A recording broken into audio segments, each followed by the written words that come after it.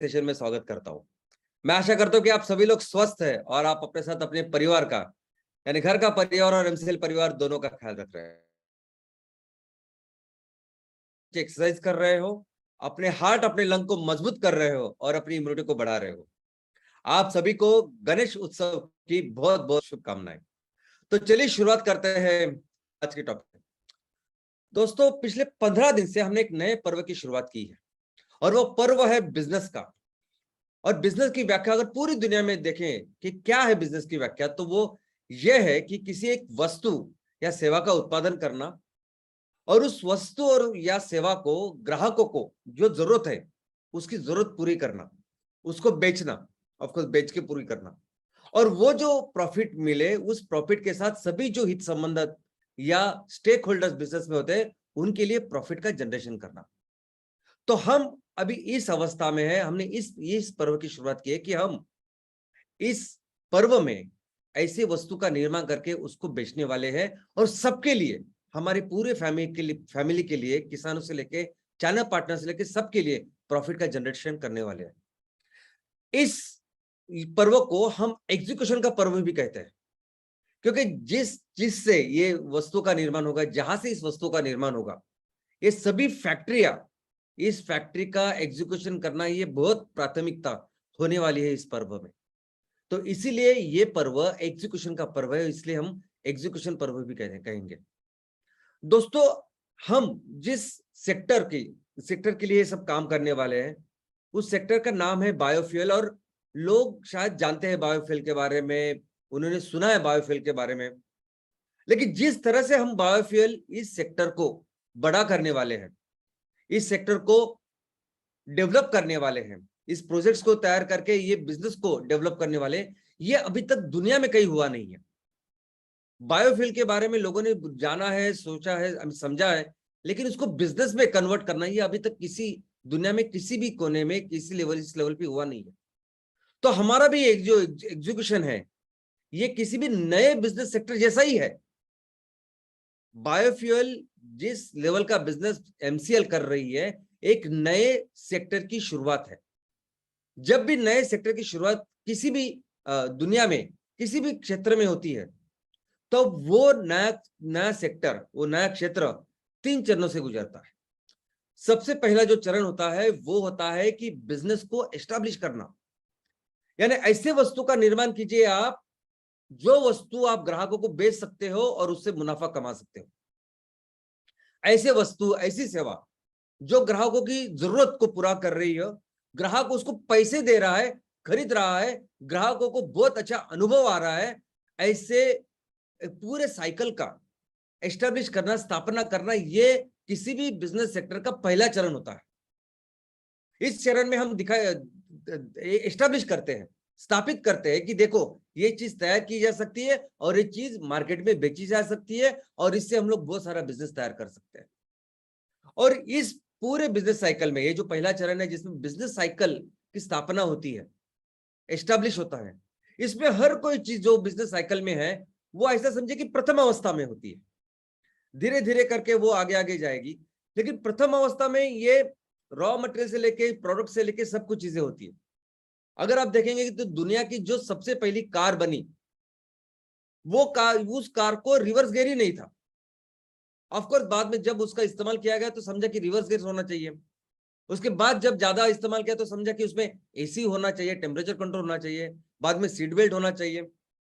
Phone के बारे में भी अगर आप देखोगे, मोबाइल के बारे में, तो इस तरह के फोन हुआ करते थे पहले, और बाद में हम लोग देखते हैं किस तरह से ये सभी दो चीजें बहुत डेवलप होके आज यहाँ तक है।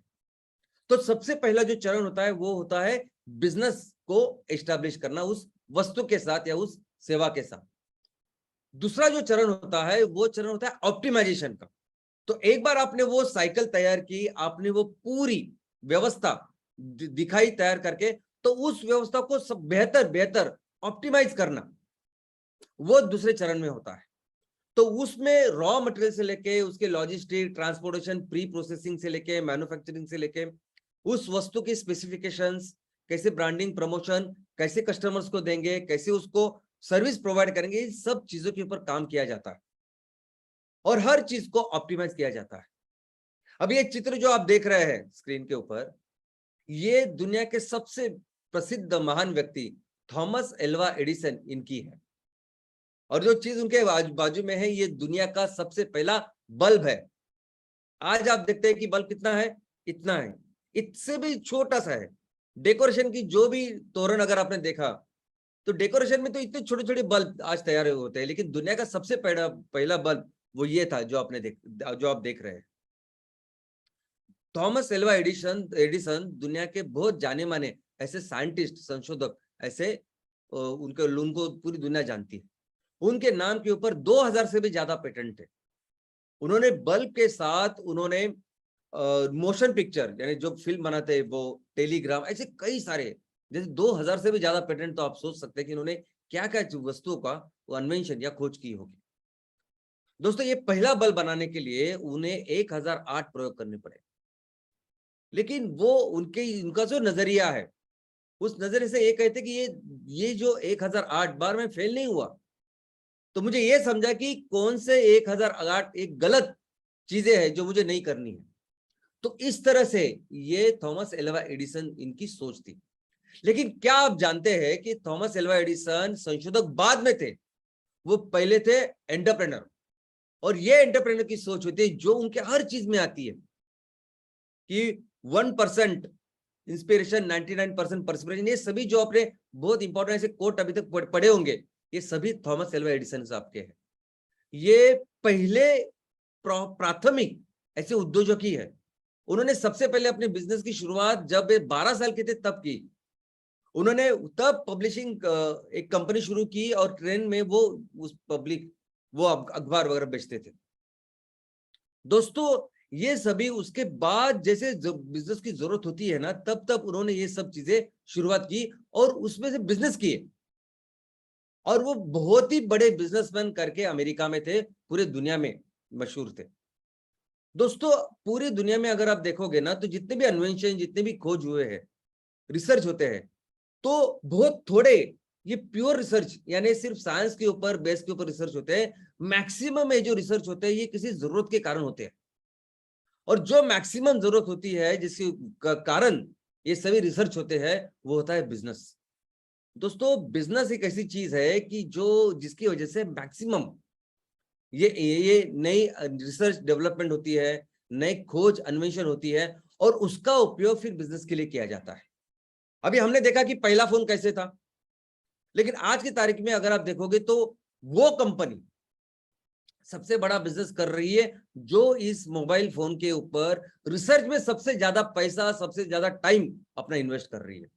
और सिर्फ मोबाइल फोन की बात नहीं, आप किसी भी सेक्टर में देखिए, मर्सिडीज अगर उस सेक्टर में नंबर 1 कंपनी है, तो it is because of research, R&D, invention. अगर अमेजॉन सबसे बेहतर बिजनेस कर रहा है, तो वो भी उसकी वजह से, एप्पल उसकी वजह से, गूगल उसकी वजह से कि गूगल इतना आगे कर रहा है, जो यूट्यूब कर रहा है, बाकी ये सभी कंपनियां कंटिन्यूअसली इसके ऊपर काम करती है। तो दोस्तों, हमारा भी जो क्षेत्र है, हमारा बायोफ्यूल का क्षेत्र है। हमारे बायोफ्यूल क्षेत्र में जैसा मैंने कहा कि पूरी दुनिया में इस स्केल के ऊपर कोई दूसरी कंपनी काम नहीं कर रही जिसे MCL काम कर रही है। और इसमें कई सारी चीजें हैं जहां हमको बेहतर अभी करना है, ऑप्टिमाइजेशन करना है। कई सारे चैलेंजेस हमें दिखाई देने वाले हैं आने वाले दिनों में, जिसके ऊपर काम करना होगा, जिसके ऊपर सॉल्यूशन तैयार करने होंगे, जिसके ऊपर इक्विपमेंट्स, इसके ऊपर कुछ नई चीजों का निर्माण करना होगा। और इसके लिए एक बहुत बड़ा स्कोप अभी हमारे इस MCL में, इस बिजनेस में अभी सामने है।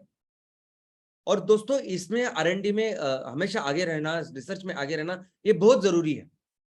हो सकता है कि आप में से कई सारे लोग इसके ऊपर काम करें और कई सारे पेटेंट आपके नाम पे हो सकता है कि आपके तहसील में चैनल पार्टनर से लेके MVP एंटरप्रेन्योर से लेके कोई कॉलेज में जाने वाला या कोई इंजीनियर ऐसे हो सकते हैं कि जो हमारी जो समस्या अभी आएगी, और सिर्फ मैं खेती की बात नहीं कर रहा हूँ, प्रोडक्ट, उसका उपयोग और कई सारे एप्लीकेशंस है जो आने वाले हैं।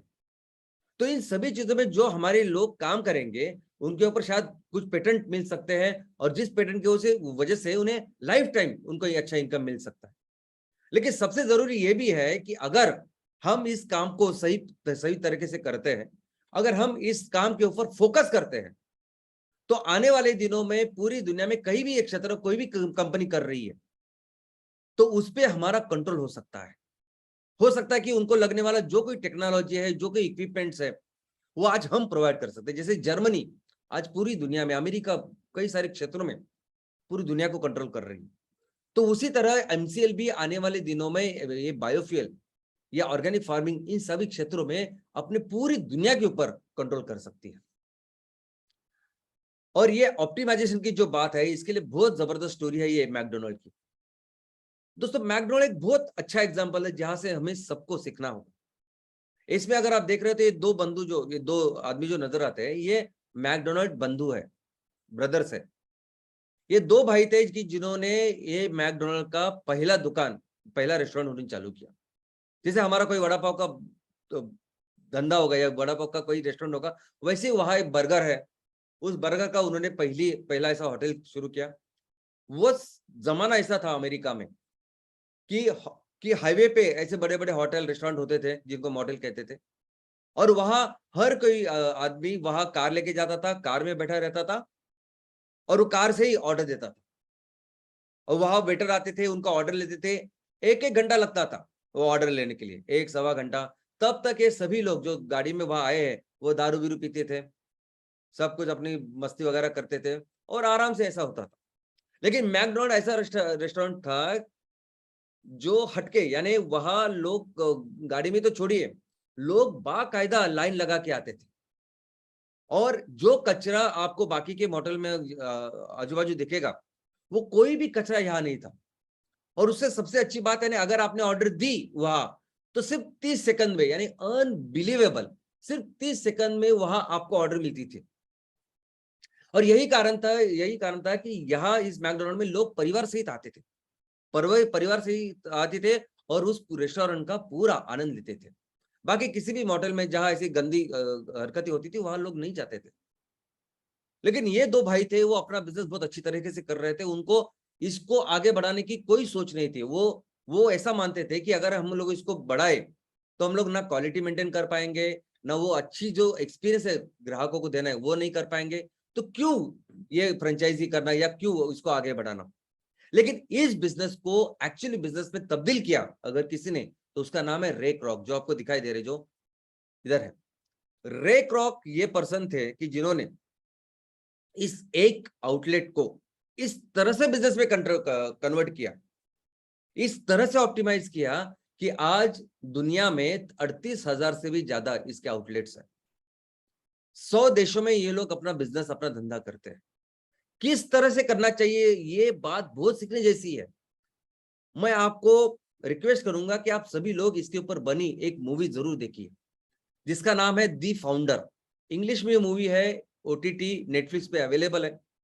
लेकिन आप देखेंगे तो आपको पता चलेगा कि कोई भी चीज, कोई भी बिजनेस एस्टेब्लिश कराने कैसे उसको ऑप्टिमाइज किया जा सकता है, जाता है, और किस तरह से हमें भी अपने हर चीज को ऑप्टिमाइज करना चाहिए। ये अच्छी चीज आपको इसमें से ये सिखाई देगी, आई मीन लर्निंग होगी आपकी। तो मेरी रिक्वेस्ट है कि आप इसकी पढ़ाई समझ के इस पिक्चर को देखिए। लेकिन हमारा इसके ऊपर एक देसी एग्जाम्पल भी है और वो है of course D mart. D mart के जो संस्थापक हैं दमानी साहब, अभी ऐसा आदमी कि जिसके जेब में 8,000 करोड़ रुपए है, वो आदमी एक पुराना डिपार्टमेंटल स्टोर भाड़े पे लेता है, खुद 1.5 साल उस डिपार्टमेंटल स्टोर को चलाता है, दूर जाता है, मैनेजर जैसे काम करता है, हर चीज को समझता है कि कौन सी वो चीज है जहां मैं मुनाफा, जहां मेरा खर्चा मैं कम कर सकता हूँ, मुनाफा बढ़ा सकता हूँ, कैसे ग्राहकों को चीज और बेहतर और कम दाम में दे सकता हूँ। ये सब उसने सीखी 1.5 साल में। और ये चीज होती है ऑप्टिमाइजेशन की। और बाद में उसने वो कंपनी तैयार की, जो कंपनी आज की तारीख में जिसने बिग बाजार से लेके रिलायंस स्मार्ट से लेके हर कंपनी को पीछे छोड़ा। और दोस्तों तीसरा जो चरण होता है, एक बार ये करने के बाद तीसरा चरण होता है मैक्सिमम बिजनेसेस का। जब आपकी नजर हमेशा नए नई चीजों के ऊपर रहती है, आप हमेशा ये पूरे जो बिजनेस का साइकिल है उसमें आप मैक्सिमम ऑप्टिमाइजेशन करते हो, तब आप मैक्सिमम बिजनेस करने के पोजीशन में रखते हो। अभी देखे ना इस एप्पल को, एप्पल कंपनी 1 लाख से लाख, 1.5 लाख, 2 लाख के फोन बेच रही है, और पूरी दुनिया में इतने सारे कंपटीशन है, फिर भी उसके बावजूद दुनिया की नंबर 1 कंपनी है एप्पल। तो हमें भी इस एप्पल जैसा बनना है, हमें भी दुनिया की सबसे बड़ी कंपनी ऑयल एंड गैस में बननी है दोस्तों। और हमारी जो कंडीशन है, हमारी जो परिस्थिति है, वो तो बहुत डिफरेंट है। यानी एप्पल की फैक्ट्री अमेरिका में लगे, चाइना में लगे, भारत में लगे, वो सब चीजें सेम रहेगी। मैकडोनाल्ड का रेस्टोरेंट आप यहाँ भारत में चालू करो, पाकिस्तान में चालू करो, यूरोप में चालू करो, सेम दिखेगा आपको। हमारे यहाँ ऐसे नहीं है। जिस चीज में हम लोग काम कर रहे हैं, खेती में हम लोग काम कर रहे हैं दोस्तों, एक तहसील में कितना गेहूं, कितना चावल आएगा, वो दूसरी तहसील में अलग होगा। एक तहसील की मिट्टी दूसरी तहसील की मिट्टी अलग होगी, वो कटिंग, वो ट्रांसपोर्टेशन, लॉजिस्टिक अलग होगा। तो इसलिए आपको अपने तहसील में जब ये काम करना है, तो आपको एक्सपर्ट होना इन चीजों में। आप सभी एक इंडिपेंडेंट यूनिट्स हो। आपको अपने तहसील में ये जो प्रोजेक्ट्स का निर्माण हम लोग कर रहे हैं, उस प्रोजेक्ट में इन सभी चीजों में आपको उनके जैसा ही काम करना होगा, जिस तरह से काम इन लोगों ने किया, जो एग्जाम्पल आपने देखा। और अगर बिजनेस की बात करें तो हर तरह के फ्यूल हमको बेचने हैं। ट्रांसपोर्टेशन फ्यूल की अगर मैं बात करूं तो ट्रांसपोर्टेशन फ्यूल शुरू होता है जेट के साथ। विमान में जो ईंधन होता है उसको जेट ईंधन के साथ, उससे लेके ट्रक से लेके, बस से लेके, कार से लेके, 2 व्हीलर तक ईंधन तैयार करना और बेचना है। कुकिंग गैस, जहां जहां कुकिंग है वहां उस कुकिंग का ईंधन हमें बेचना है। इलेक्ट्रिसिटी निर्माण के लिए जो ईंधन लगता है वो तैयार करना है, उससे इलेक्ट्रिसिटी तैयार करनी है। हर तरह का ईंधन जो आज की तारीख में इस्तेमाल हो रहा है, वो सभी तरह के ईंधन हमें तैयार करने और बेचने हैं। ऐसे बड़े बिजनेस सेक्टर का हमें जब डेवलप करना है, तो हमें इन सभी ये 3 चरणों का जो मैंने अभी कहा, उसके ऊपर काम करना पड़ेगा। और दोस्तों, इसमें सबसे पहला जो प्रोजेक्ट जिसके ऊपर आप सभी को फोकस करना है, अच्छी तरह से सीखना है, काम करना है, वो है एमसीएल बायोफ्यूल प्रोजेक्ट।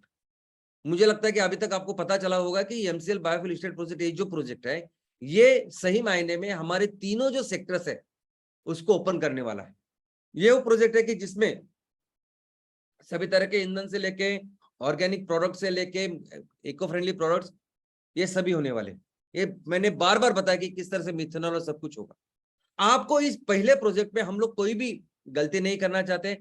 मैं हमेशा कहता हूं कि इसमें हर परिवेशन, हर चीज आप सीखे, बराबर करें, क्योंकि एक बार आपने इसकी तरह अच्छी तरह से सीखा, पढ़ाई की, इसमें अच्छी तरह से ट्रेन हुए, तो आपको अपने तहसील में 40, 50, 60 बार यही प्रोजेक्ट करना है। जिस कैपेसिटी का प्रोजेक्ट आज आप करेंगे, उसी कैपेसिटी के प्रोजेक्ट हमें रिप्लिकेट करना है। हम बाद में नेक्स्ट लेवल के जो प्रोजेक्ट है उसको बिल्कुल, उसकी कैपेसिटी वगैरह हम लोग कुछ नहीं बढ़ाएंगे, चीजें हम लोग बेहतर करेंगे। ये प्रथम अवस्था का होगा। आप उसके ऊपर जो काम करेंगे उससे हम लोग नेक्स्ट बेटर लेवल का प्रोजेक्ट करेंगे। लेकिन ये जो कैपेसिटी है, ये जो प्रोटोटाइप है, इसको ही आगे बढ़ाना है। इसीलिए इस प्रोजेक्ट के ऊपर आपको अच्छी ट्रेनिंग करनी है। आज हमारे पहले बैच में लगभग 232 जो कंपनियां हैं वो एलिजिबल है, जिनके प्रोजेक्ट का काम हमने शुरू किया। लेकिन जो कंपनी अपनी परमिशन लेके, बाकी प्रिपरेशन लेके शुरू है, रेडी है, ऐसे 44 कंपनीज के लोकेशन पे हमारे इस प्रोजेक्ट के इंप्लीमेंटेशन का काम चालू है। उसमें से 15 कंपनी ऐसे है कि जो फेज 2 के काम उसकी शुरू हो गए हैं। और मैं आशा करता हूं कि बाकी की भी जो प्रोजेक्ट, जो कंपनियां हैं, वो जल्द से जल्द अपनी परमिशन, बाकी चीजें लेके इसमें शामिल हो जाए। इसके अलावा 10 अगस्त से हमने एक नए बिजनेस की, नए प्रोजेक्ट की शुरुआत की, एमकोल प्रोजेक्ट्स, बायोकोल मैन्युफैक्चरिंग यूनिट्स। 13 कंपनियां हैं जिस कंपनी के ऊपर अभी इसकी इंप्लीमेंटेशन काम हमने ऑलरेडी शुरू किया है। और दोस्तों, इसका जो काम होगा, ये काम का तरीका बायोफ्यूल स्टेट प्रोजेक्ट के तरीके से बहुत अलग होगा। अभी ये जो चित्र आप देख रहे हैं, ये चित्र महाराष्ट्र में सिंधुदुर्ग करके जिला है। उस जिले में एक तहसील है हमारा दोड़ा मार्ग। उस दोड़ा मार्ग के बहुत ही डायनामिक ऐसे उद्योजक हैं मयकर साहब, वो और उनकी टीम, वहां हम ये प्रोजेक्ट कर रहे हैं बायोकोल का। और ये जो आप देख रहे हैं, ये शायद हमारी इस बायोकोल प्रोजेक्ट उनकी वो साइट हो सकती है, और यहाँ इमीडिएटली हम लोग ये प्रोजेक्ट चालू कर सकते हैं। तो यहाँ प्रोबेबल 2 लोकेशन है, एक तो एक लोकेशन है और एक दूसरा लोकेशन है। तो एमकोल के प्रोजेक्ट ये होंगे कि जहां हम वॉर फ्रंट पे करेंगे, सभी ऑप्शंस ओपन रखेंगे। हमारा एक ही प्राथमिकता, एक ही उद्देश्य होगा कि कैसे जल्द से जल्द हम प्रोडक्ट को तैयार करें, उसको मार्केट में बेचें और सबके लिए, किसानों के लिए, आप सबके लिए इनकम को जनरेट करें। और ऐसे कई सारे प्रोजेक्ट अभी इसमें शामिल हो रहे हैं। तो दोस्तों, सबसे पहले तो आपको ये 2 प्रोजेक्ट के जो एग्जीक्यूशन जो मेथड्स है, उसके बारे में एक अच्छी क्लैरिटी आनी चाहिए कि बायोफॉरेस्ट्री के प्रोजेक्ट समझ के, पढ़ के, सब कुछ करके करने, और एम कॉल के प्रोजेक्ट बहुत जल्दी पैसा कमाने के लिए करने। ये आपको अच्छी तरीके से समझना होगा। अभी एक और चीज है जिसके बारे में आज मैं बताना चाहूंगा कि बहुत सारे लोगों के मन में आता है कि हमें ना ऐसा डेट वाइज एक्शन प्लान चाहिए। इनफैक्ट कुछ लोग एमसीएल की टीम को भी पूछते हैं, वीडियो लोग को पूछते हैं कि हमें डेट वाइज दीजिए ना, 1 2 3 ये होगा, वैसे होगा, तैसे होगा, और ऐसे पूरा आगे बढ़ेगा। दोस्तों, ये जो सोच है ना, ये सोच मैनेजर की सोच होती है। जॉब डिस्क्रिप्शन चाहिए, डेट वाइज एक्शन प्लान चाहिए। ये अंग्रेजों ने 400 450 साल हम पे राज करके ना ये मेंटेलिटी, ये कल्चर यहां तैयार किया। और शायद मैं भी, मैं हम सभी लोग उसी कल्चर के साथ बड़े हुए हैं कि हमें लगता है कि नहीं, बस आगे ऐसा होना चाहिए। अगर मैं बड़ा हो रहा हूं, अगर मुझे अच्छी लाइफ चाहिए तो मुझे डॉक्टर बनना पड़ेगा, मुझे ये बनना पड़ेगा, और उस हिसाब से मैंने भी किया है। लेकिन हमें अभी ये सोच बदल के, ये कल्चर बदल के एक दूसरे कल्चर की शुरुआत करनी है, जो है उद्योजक का कल्चर। ये सभी, ये भारत देश के कंपैरिजन में अगर आप जापान देखेंगे, चाइना देखेंगे, अमेरिका देखेंगे, तो वहां का जो कल्चर है वो मैनेजर का कल्चर नहीं है, वो उद्योजकों का कल्चर है। और ये जो पूरी ट्रेनिंग का जो हमने शुरुआत की है, हमारा एक ही मकसद है कि हमें पूरे एमसीएल की फैमिली को, यानी पूरे सभी उद्योजक से लेके हमारे आखिरी जो किसान है, खेडूत है, उसको सभी को एंटरप्रेन्योर बनवाना है। अगर आप इन दोनों में फर्क देखोगे तो मैनेजर का काम क्या होता है कि उसको कंट्रोल, एडमिनिस्ट्रेशन, उस पूरे ऑर्गेनाइजेशन का करना, ये उसका होता है काम, और वो बेहतर करता है। और हमें भी पता है कि हमारे जैसे मैनेजर दुनिया में बेस्ट मैनेजर है भारतीय। लेकिन उद्योजक कैसे होता है? उद्योजक की सोच ही ये होती है कि उसको एक संस्था का निर्माण करना होता है कि जो संस्था बहुत सारे पैसे तैयार करे, और इस संस्था के लिए, ये करने के लिए वो रिस्क लेने के लिए तैयार होता है। एक्चुअली हर तरह की रिस्क होती है, लेकिन जिस रिस्क का हम हमेशा कैलकुलेट करते हैं वो है फाइनेंशियल रिस्क। वो पूरी तरह से तैयार होते हैं। और मैं भी कहता हूं कि आप जब भी इस फैमिली में आइए, आप जब भी कोई भी पैसे अगर आपको यहाँ इसमें लगाने हैं, और आपके अकाउंट में भी अगर वो पड़े हुए हैं, तो भी समझिए कि आपने किसी से लोन लिया है, बैंक से लोन लिया है। तो अगर मैं 1.5 लाख दे रहा हूं तो कैसे मैं महीने का 5,000 10,000 रुपए कमाऊं, इसके ऊपर सोचना, ये मेंटेलिटी है, ये सोच है उद्योजकों की। उसका पूरा फोकस ही होता है बिजनेस के ऊपर। और मैनेजर की सोच क्या होती है कि ऑपरेशन बस हो, व्यवस्थित हो, जो काम मुझे बताया गया मैं वो व्यवस्थित करूंगा, बस ये सोच होती है। उद्योजकों का जो प्राइमरी मोटिवेशन होता है वो क्या होता है? अचीवमेंट। मैं कुछ करके दिखाऊं, मैं किसानों के लिए करके दिखाऊं, अपने गांव के लिए करके दिखाऊं, देश के लिए, राष्ट्र के लिए करके दिखाऊं। मैनेजर का क्या होता है?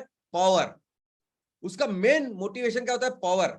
मैं एमपीओ का डायरेक्टर बन गया, मैं एमबीएस का मेन प्रमोटर बन गया, मैं डायरेक्टर बन गया, मैं प्रमुख हूं इसका। तो इस पोजीशन के ऊपर वो बहुत खुश होते हैं, मोटिवेटेड होते हैं। अप्रोच क्या होता है किसी भी चीज के ऊपर? तो उद्योजक का अप्रोच नेम ही अलग, इनफॉर्मल ऐसा होता है। यानी अभी तक किसी ने किया नहीं होगा, उनकी सोच ही अलग होती है, कन्वेंशनल होती है। वो सोचते हैं कि इस तरीके से मैं किस तरह से अलग से करूं। मैनेजर लेवल के लोग कैसे सोचते हैं कि नहीं, अभी तक किसने किया क्या, किसका हुआ है क्या? अगर किसी ने किया नहीं, किसी का हुआ नहीं, तो मैं क्यों करूं? मैं देखूंगा ना, पहले मैं देखूंगा पहले ये होता है कि नहीं, पहले कुछ करते हैं कि नहीं। कभी कभी कितने लॉजिकल चीजें होती है, पूरी दुनिया को पता है कि इससे ये चीज होती है, दूध से दही बनता है, पूरी दुनिया को होता है, लेकिन ये नहीं करेंगे। किसी ने बनाया क्या दही? इतने बड़े लेवल पे दही बनाया किसी ने? तो मैं नहीं बनाऊंगा। इस तरीके से सोचते हैं ये मैनेजर्स। जो जो स्टेटस होता है उद्योजकों का, वो होता है ओनरशिप का, वो ओनर होते हैं। और मैनेजर क्या होते हैं? एम्प्लॉइज। यानी काम करने वाले लोग इस तरह से काम करते हैं। और जो रिवार्ड जो उद्योजकों को मिलता है वो है पैसा, बहुत सारा पैसा। और उद्योजक ऐसे ही होते हैं कि उनको बहुत बड़ी संस्था का निर्माण करना होता है और बहुत ज्यादा पैसा कमाना होता है कि जिसकी वजह से वो अपने पूरे सारे सपने साकार करें। इसके इसके वजह से काम करते हैं। और मैनेजर मैनेजर किसके ऊपर काम करते हैं? तो तनख्वाह के ऊपर। 1 तारीख, 2 तारीख, 5 तारीख, 10 तारीख को मुझे ये तनख्वाह मिलनी चाहिए। भले ऐसा हो कि तनख्वाह ज्यादा हो, आप बड़े बड़े अलग अलग लेवल के मैनेजर हो, आपको अलग अलग तनख्वाह मिलेगी जो कुछ है, लेकिन तनख्वाह वो जो मेंटेलिटी है। और कितनी बार डिस्कस हुआ है, आज बड़ी बड़ी कंपनी को चलाते हमारे मैनेजर्स है, यहां से तैयार हुए बड़े बड़े ब्रेन्स है। लेकिन बिजनेस की अगर बात करें तो हार्डली कोई भारतीय है जिसने वो ऐसे $1 बिलियन कंपनी का बिजनेस अपने बलबूते पे एक ओरिजिनल सोच के साथ किया है। दोस्तों, डिसीजन मेकिंग हमेशा जो बिजनेसमैन होते हैं उनकी सद्विवेक बुद्धि, उनकी जो सोच होती है उसके अनुसार होती है। मैनेजर की क्या होती है? Decision making calculative. कभी हुआ है क्या, कैसे हुआ क्या, ऐसे वैसे करके वो कैलकुलेट करके और डिसीजन लेते हैं। ड्राइविंग फोर्स होता है वो क्रिएटिविटी, इनोवेशन उद्योजकों के साथ। और मैनेजर के साथ क्या होता है? बस अपने जो स्टेटस है उसको प्रिजर्व करना, उसको प्रभाव से रखना, ध्यान रखना, वो रखना।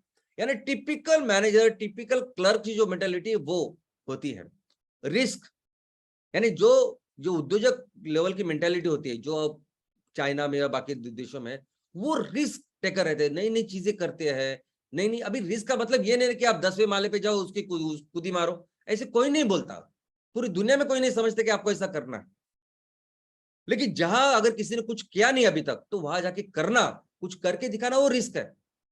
वो रिस्क भी हम नहीं लेते, मैनेजर एंड टिपिकल रिस्क नहीं लेते। आप भी आजू बाजू देखेंगे तो कई सारे लोग आपको दिखाई देंगे हमारे अपने देश में। और ये अंग्रेजों की वजह से हुआ है, आई मीन हम लोग ऐसे नहीं थे। कितने महान महान एग्जाम्पल हमारे सामने। लेकिन आज ऐसे हुआ है ना कि आजू बाजू के लोग को देखे ना, मैं रिस्क नहीं लेना चाहता किसी भी चीज में। दोस्तों, ये जो स्लाइड है ना, ये सबसे इंपॉर्टेंट चीज है। यानी मेरे खुद का और हमारे पूरे फैमिली का ना यही सोच है कि हमें ये पूरी चीज बदलनी है। वहां हमारे किसानों तक ये जो सोच है ना, ये सब सोच उद्योजकों की सोच होनी चाहिए। कुछ अलग चीज का निर्माण करें, ज्यादा से ज्यादा पैसा कमाए। रिवॉर्ड क्या है, बख्शिश क्या है, क्या ऐसे नहीं इसने अच्छा काम किया, इसने अच्छा काम किया, कोई आके बोले इसलिए नहीं। आपको मन कभी लगना चाहिए कि आपने अच्छा काम किया और बहुत पैसा कमाना चाहिए आपने। इस सोच से, ये सोच बदलना, इस सोच की तरफ लेके जाना, यही इस ट्रेनिंग का काम है। और इसका जो मंत्र है ना, कैसे भी इस सोच को हम लोग अपनाएंगे, इसको कल्टीवेट करेंगे, तो इसका एक ही मंत्र है, लर्निंग बाय डूइंग। करके सीखो, करके सीखो। मैं कोई किताब नहीं दूंगा आपको, कोई किताब, कोई पूरी डिटेल जानकारी, जॉब डिस्क्रिप्शन बिल्कुल नहीं दूंगा। जो भी काम छोटे छोटे जो करना है ना, जाओ और करो। और वो करने के बाद जब आप सीखोगे ना, तब जाके आप बहुत ही बेहतर ऐसे बिजनेसमैन बनोगे। और यही हमारी संस्कृति है। यानी यहां अगर आप बोलोगे कि हमें डेट वाइज एक्शन प्लान देंगे, तो हम लोग आपको एक्शन प्लान नहीं, हमको राइट डायरेक्शन देंगे। हम आपको दिशा बताएंगे कि आपको क्या करना है, स्टेप्स बताएंगे कौन सी पहली स्टेप, दूसरी स्टेप, तीसरी स्टेप्स करनी है। लेकिन आपको इस तरह डेवलप करेंगे हम कि आपके इस सेक्टर में, हमारे सेक्टर में आप सबसे ऊंचा, सबसे बड़ा बिजनेस करें। और यही हमारी संस्कृति है। हमारी संस्कृति है गुरुकुल शिक्षा पद्धति की। हमारी जो गुरुकुल शिक्षा पद्धति अगर आप देखो क्या है, तो गुरुकुल शिक्षा पद्धति में जो छात्र होते हैं उन्हें तैयार किया जाता है जिंदगी के लिए। कोई भी चीज अगर आपको पढ़ाई दी जाती है ना, तो वो जिंदगी में आप कैसे अप्लाई करें, उसके ऊपर कैसे आप बेहतर जीवन, और कोई भी रोल हो जीवन का, बिजनेसमैन हो, फैमिली के प्रति हो, समाज के प्रति हो, देश के प्रति हो, तो हर रोल में आप कैसे सबसे बेहतर काम करें, ये सिखाती है गुरुकुल। मॉडर्न मॉडर्न जो शिक्षण पद्धति वो कैसी है? तो मॉडर्न शिक्षा पद्धति में वो 4 दीवारों के बीच में आपको इतिहास पढ़ाएंगे, भूगोल पढ़ाएंगे, नागरिक शास्त्र पढ़ाएंगे, साइंस पढ़ाएंगे, सब कुछ पढ़ाएंगे। लेकिन उस 4 दीवार से बाहर निकाल के जब जिंदगी जीनी है, जब बर्ताव करना है हमारे पेरेंट्स के साथ, बच्चों के साथ, समाज के साथ, वो पता ही नहीं क्या करना है। कुछ प्रॉब्लम आते हैं, सोल्यूशन, वो प्रॉब्लम नहीं पता, mental, physical health, spiritual health वो नहीं पता। तो जो जो तरीका एमसीएल का है, जिस तरीके से एमसीएल अभी आपको ट्रेनिंग दे रही है, ये तरीका है गुरुकुल पद्धति का। हम आपको बताएंगे करना क्या है, कैसे करना है, और आपको करें, आप करेंगे, वो आप करेंगे और करके आप सीखेंगे। दोस्तों अभी यही देखिए ना, अभी ये जो कंपनियां है जो अभी हम एमसीएल बायोफ्यूल स्टेट प्रोजेक्ट के लिए एलिजिबल हुई है, उनका क्या क्राइटेरिया था कि आपको 15,000 मेंबर तैयार करने तहसील में। अभी क्या 15,000 मेंबर का क्या लॉजिक है, मुझे बताइए। ये 15,000 मेंबर के साथ आप वो एक एक शेयर हम लोग आप देते हैं, 10 रुपए का एक शेयर, 10 रुपए के साथ वो मेंबरशिप होती है। उसके पीछे कोई भी आर्थिक, कोई भी बिजनेस का लॉजिक है ही नहीं। एक तो आप सबको पता है कि वो पैसे लेके वो एमपीओ में ही रहता है, हम उसको हाथ भी नहीं लगाते। एमसीएल का उसके साथ कोई, उस पैसे के साथ कोई ताल्लुकात नहीं। क्या जरूरत है? जरूरत है कि आपको ट्रेन करने की, जरूरत है कि आपको ऐसे नेता बनाने की, लीडर बनाने की, जो आपकी विजन और मिशन के साथ लोगों को इकट्ठा करे, लोगों का नेतृत्व करे, लोगों को संगठित करे। और ये बहुत जरूरी है। सिर्फ अमिताभ बच्चन की बात मत कीजिए कि अमिताभ बच्चन बहुत अच्छे डायलॉग करते हैं इसलिए नंबर 1 कलाकार है, ऑफ कोर्स बहुत अच्छे एक्टर है वो। लेकिन दुनिया को आज जो रूल करते हैं, जो बड़े बड़े दुनिया के लीडर्स है, जो दुनिया चलाते हैं, उनके पास सबसे इंपॉर्टेंट अगर कुछ क्वालिटी है तो वो ये है जिसमें हम लोग आपको ट्रेन कर रहे हैं। ये आप सेमिनार आपने किए हैं, ये 15,000 मेंबर्स करने के लिए जो भी आपने किया होगा, इसका उद्देश्य था कि आपको ट्रेन करना, इस तरह ट्रेन करना, उस चीज में ट्रेन करना जो चीज दुनिया में सबसे रिवॉर्डिंग है। आप अगर अपनी चीज को बहुत अच्छी तरीके से अगर ग्राहकों के सामने, लोगों के सामने रख सकते हो, और उनको अपनी सोच के साथ जोड़ सकते हो, तो आपको दुनिया की सबसे बड़ी चीज मिल सकती है। और इसीलिए हमने वो ट्रेन किया आपको। और ये सिर्फ लीडर्स के लिए, अब सभी बिजनेसमैन देखिए, जो सभी बड़े बड़े बिजनेसमैन हैं, वो यही इस चीज में बहुत माहिर होते हैं, एक्सपर्ट होते हैं, और यही हमने आपके साथ किया। दूसरी चीज है ग्राउंड वर्क। जाइए परमिशन के बाद, जाइए और लाइसेंसिंग के वेंडर्स के, अगर हमने कहा है आपको कि 5 लाख में काम होना चाहिए, तो जाइए ढूंढिए कौन लोग है कि कैसे वो 5 लाख में काम करेगा। परमिशन, हर छोटी छोटी चीज, ग्राम पंचायत एनओसी से लेके हर छोटी छोटी चीज जाइए, देखिए, खुद खड़े रह के वो करिए। कितना जबरदस्त एग्जाम्पल आज हमारे सामने है। धीरूभाई अंबानी साहब, क्या बैकग्राउंड है धीरूभाई अंबानी साहब का, क्या कितने पढ़े लिखे हैं वो अपने फैमिली के साथ एक छोटे से घर में आए थे मुंबई। जब मुंबई आए थे, एक छोटे से घर में रहते थे। कोई ज्यादा एजुकेशन का बैकग्राउंड हम लोग सब जानते हैं, लेकिन एग्जीक्यूशन में जो बात अगर उन्होंने बोली, उसमें वो उसके पहले वो करके दिखाते थे। और कैसे, कहां से मिली उनको ट्रेनिंग?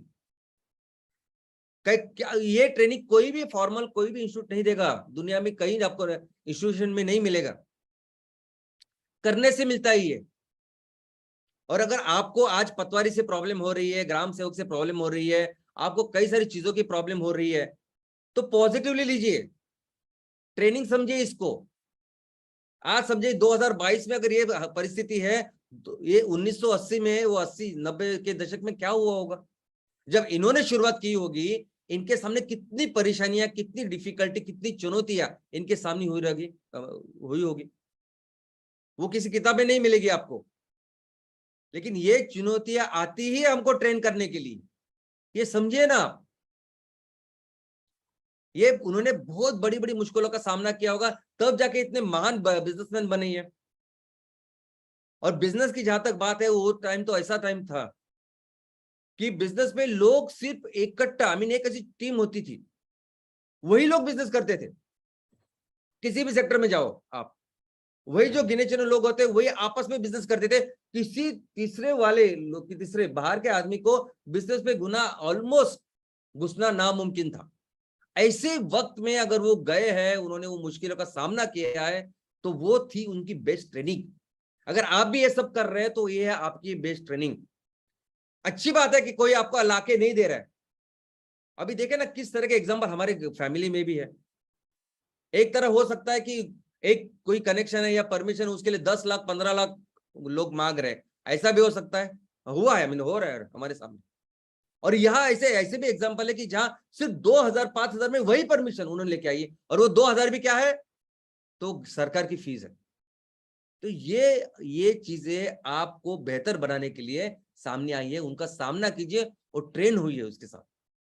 और इससे ज्यादा अच्छा एग्जांपल मैं क्या बताऊं कि इस आदमी ने इतना सब कुछ होने के बाद गए ग्राउंड पे और वो काम किया और इतनी बड़ी संस्था का निर्माण किया। 8000 करोड़ थे ना जब उन्होंने काम चालू किया, आज 1 लाख करोड़ से भी ज्यादा उनकी खुद की संपत्ति है। दोस्तों, तो आप डिसाइड कीजिए टाइम टेबल क्या है, कब सब ये कब होगा, जो चीजें हमने बताई है स्टेप्स, वो स्टेप पूरा करके कब मैं अपने प्रोजेक्ट चालू करूंगा, कब मैं कोयला तैयार करूंगा, बेचूंगा और प्रॉफिट सबके लिए तैयार करूंगा। आप सोचिए और करिए।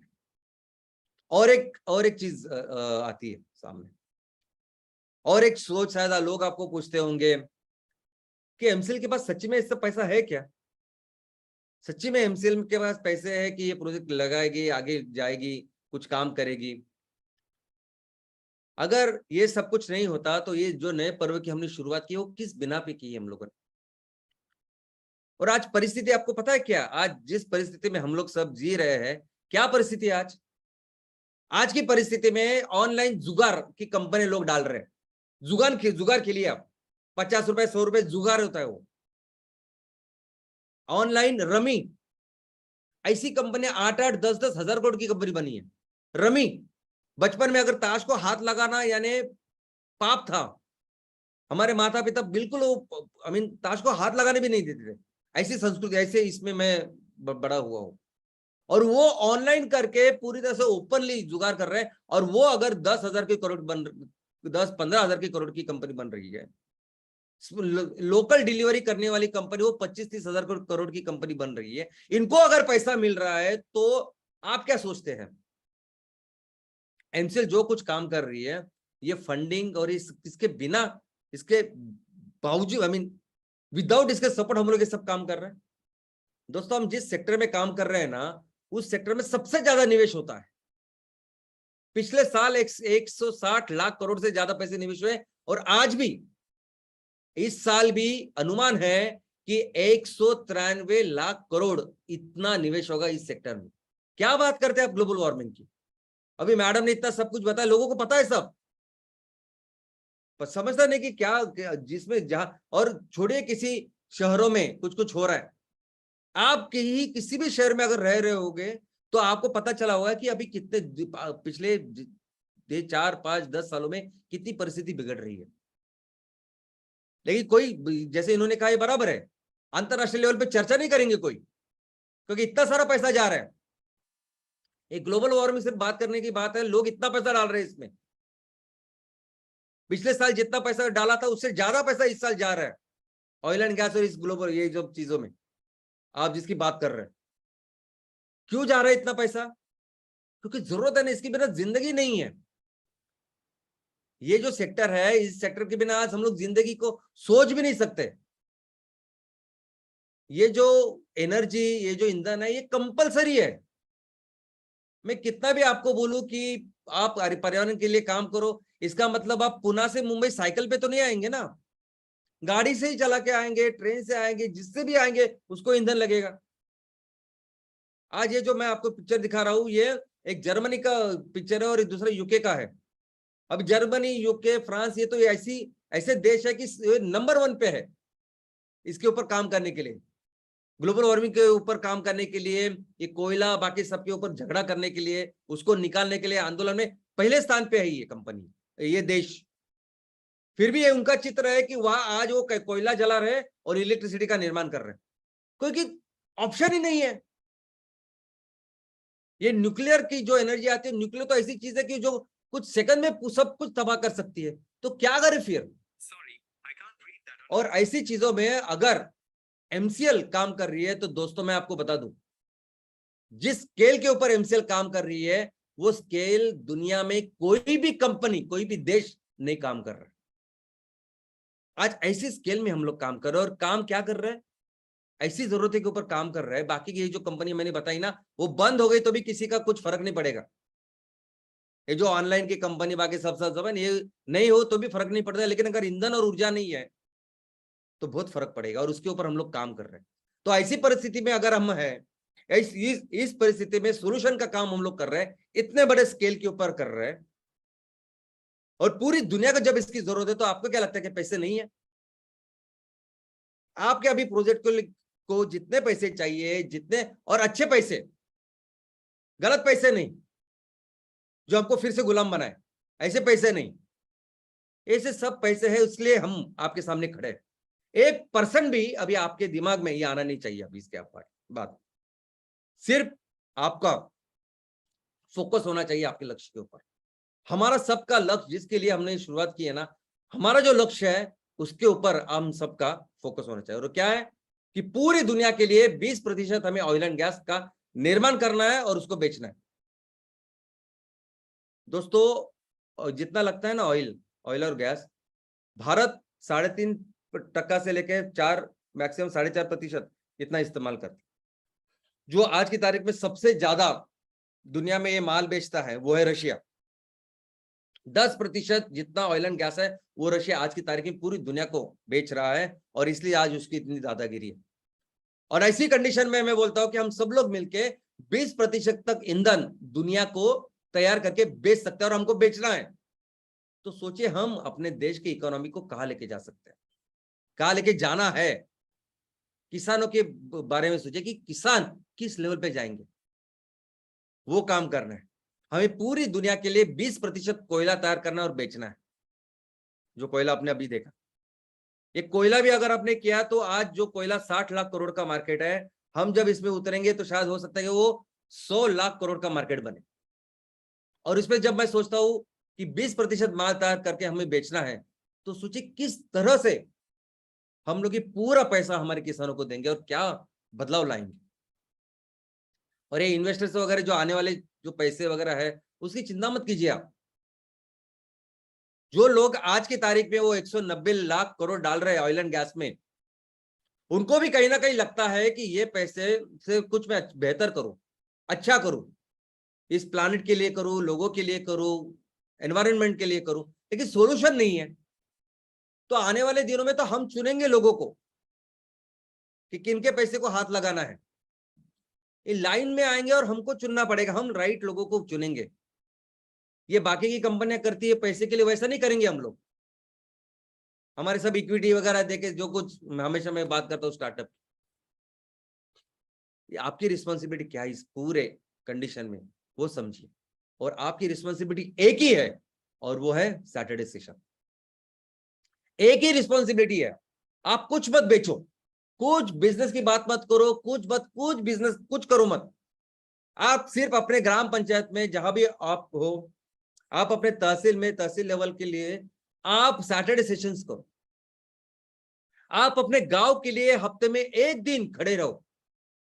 जैसे हर गुरुवार को आप मंदिर जाते हैं, पूजा करते हैं, हर गुरुवार को जाके नमाज अदा करते हैं, हर रविवार को चर्च में जाते हैं मास के लिए, वैसे अपने गांव के लिए हफ्ते में एक दिन आधा घंटा, पौना घंटा मैक्सिमम अपने गांव के लिए, जो भी विषय गांव के विकास के लिए जरूरी है, गांव को बेहतर बनाने के लिए जरूरी है, वो उसके बारे में बात करो। एक मंच का निर्माण करो। बहुत सारे लोग हैं गांव में हमारे यहाँ की, जिनको लगता है कि हम लोग कुछ करें भविष्य के लिए, कुछ उज्जवल, कुछ बेहतर कल के लिए। उस मंच का निर्माण करो, लोगों को लेके आओ और उसके ऊपर हर हफ्ते काम करो। ये ऐसा लगता है ना कि देखो अभी मैंने आपको बताया कि 232 कंपनियां आज अभी एलिजिबल है, लेकिन काम कितनी जगह पे कर रहे हैं? 44 कंपनीज, क्योंकि बाकी की कंपनियां परमिशन वगैरह, जमीन वगैरह, कितनी सारी चीजें हैं जो काम वो उन्होंने अभी तक पूरा नहीं किया, इसलिए अभी तक शुरू नहीं हुआ। तो आपके गांव में भी, आपके तहसील में भी लोगों को लगता होगा अरे इसकी तो फैक्ट्री लगनी थी, क्या हुआ? जब बिजनेस करने चल लगते हैं, पान का ठेला भी लगाना होता है, तो मालूम होता है कि कितनी प्रॉब्लम, कितनी परेशानी उसमें आती है। लोगों को ये पता है।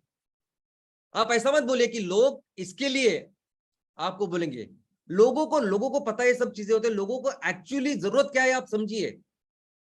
लोगों को चाहिए कि एक ऐसा आदमी रहे जो हमारे भविष्य के बारे में सोच रहा है, ऐसा आदमी जो हमारे गांव के प्रति, हमारे किसानों के प्रति, हमारे बच्चों के प्रति कुछ ना कुछ करने की कोशिश कर रहा है, जेन्युइनली काम कर रहा है। लोगों को काफी है उतना। लोगों को नहीं चाहिए कि आज आप बोलो और कल जाके कुछ सब कुछ हो। उनको पता है, वो सभी रहते हैं, उनको सब चीजें सब मालूम है। जरूरत क्या है कि सिंसियरली जो काम हम लोग कर रहे हैं उस तरह से खड़े होने की, सैटरडे सेशंस की। ये सैटरडे सेशन करना, ये गांव के लिए खड़े होना, लोगों के लिए खड़े होना, ये सबसे बड़ी जिम्मेदारी है आपकी, जो आपको करना है। और दोस्तों ये बहुत सारे प्रॉब्लम आपके सॉल्व करेंगे। यानी अगर आपको, हमने कहा कि आपको ये 5 लाख में काम करना है, आपको राइट वेंडर ढूंढना है, तो राइट वेंडर भी आके मिलेगा आपको। जब आप एक जगह खड़े होकर गांव के लिए काम करने की कोशिश करेंगे ना, सब प्रॉब्लम, सब अलग अलग परमिशन, ये सब एक मेहनत करने के लिए, इस पे काम करने के लिए लोग आएंगे और आपको मिलेंगे, क्योंकि उनको भी अच्छा लगेगा कोई तो है जो हमारे भविष्य के लिए कुछ तो कर रहा है। और इसमें एमवीपी की जो आप बात कर रही है, एमवीपी की छोड़ना, उनको बेचना छोड़ दीजिए आप। एमवीपी को मुझे बेचना है, वो उसको सपने दिखाने, सब छोड़ दीजिए आप सिर्फ एक जगह पे रह के आप अपना काम कीजिए। आपको अपने जैसे लोग जो अपने ग्राम पंचायत की रिस्पॉन्सिबिलिटी ले, ऐसे लोग आएंगे, मिलेंगे। हमने तो बोला ना आप मत कीजिए, आपको सिलेक्शन का हमने अधिकार अभी बंद कर दिया, लेकिन सैटरडे सेशन लेना ये आपकी सबसे बड़ी जिम्मेदारी है। और आप वो सैटरडे सेशन लेके हर हफ्ते आपको एक रिपोर्ट करना है ना, एक ही बार, कि हर हफ्ते में सोमवार को, गुरुवार को, शनिवार को, रविवार को, इस वक्त, इस दिन, इस जगह पे सैटरडे सेशन लेता हूं। इस बार लिया, इसका ये विषय था, 2 3 4 लोग थे, ये 2 फोटोग्राफ है मैंने लिखे, बस इतना ही काम करना है। लेकिन सबसे महत्वपूर्ण ये है कि हर हफ्ते आप ये करते हैं, इसके बारे में आपको प्रमोशन करना है। हाँ, एक छोटी सी एड बनाइए आप, व्हाट्सएप की एड, कितना क्या लगता है व्हाट्सएप की एड के लिए, बताइए क्या खर्चा है उसका। और आपके ग्राम पंचायत में 2 3 जगह ऐसी होगी जहां ज्यादा से ज्यादा लोग आते हैं, वहां एक ब्लैक बोर्ड तैयार कीजिए, वहां रखिए कि इस हफ्ते का जो विषय है वह है तंबाकू, या वो शिक्षण, कचरा, कुछ भी, बस यही काम करना है आपको। कितने लोग आते हैं उससे कुछ लेना देना है नहीं, आप करिए, वो सब आने वाला है। और जिस तरह से अभी तक आपने इस एमपीओ वेबसाइट में लोगों को जैसे अपने साथ जोड़ा है और उसका अपलोडिंग किया, वैसे ही करना है आपको अपलोडिंग। लेकिन ये काम करना आपकी सबसे बड़ी जिम्मेदारी है। दोस्तों आपको राज्य बनाना है, राज्य। हमारा सबका सबका लक्ष्य क्या है कि हमें अपने देश को दुनिया की सबसे बड़ी अर्थव्यवस्था बनानी है। कोई नया काम नहीं करना है। 90% ऑफ टाइम हम दुनिया की सबसे बड़ी अर्थव्यवस्था थे। हम दुनिया के लिए 25 से 30% जीडीपी का निर्माण करते थे। और जिस मिट्टी, जिस पानी, जो नदियां, जो हवा, जिसके बलबूते पे हमने ये सब किया है, वो आज भी है। आज भी वो मिट्टी है कि जिसके बेसिस पे फिर से हम लोग वो काम कर सकते हैं।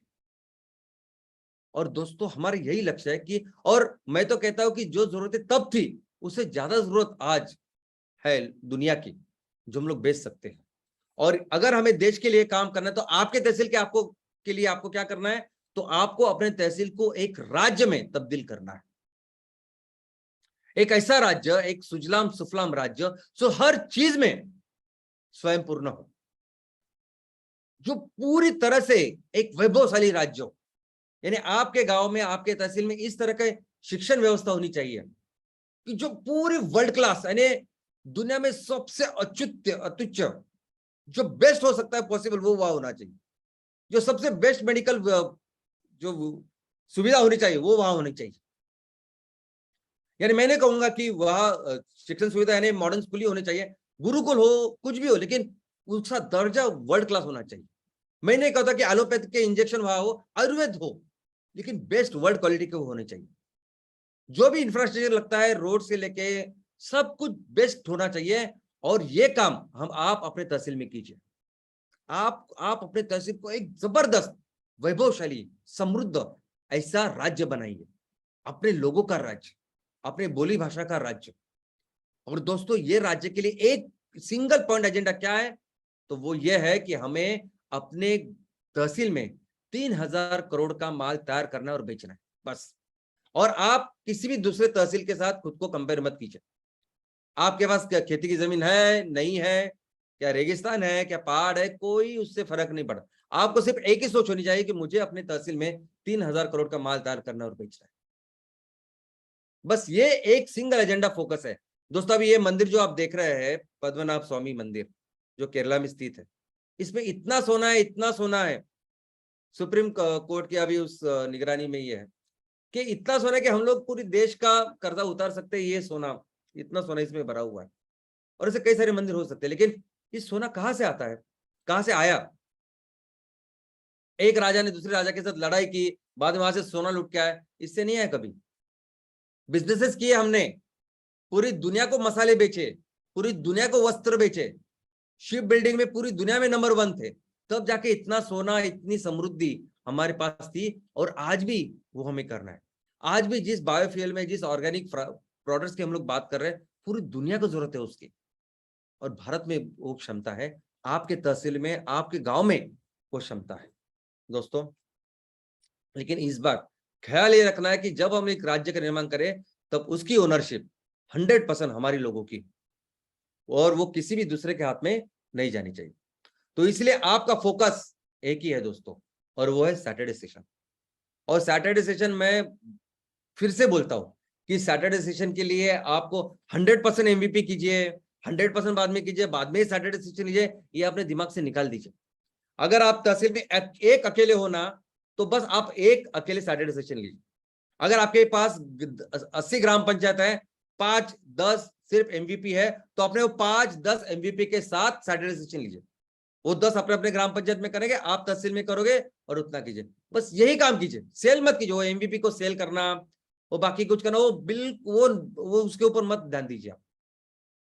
वो अपना काम करिए आप, वो हो जाएगा सब।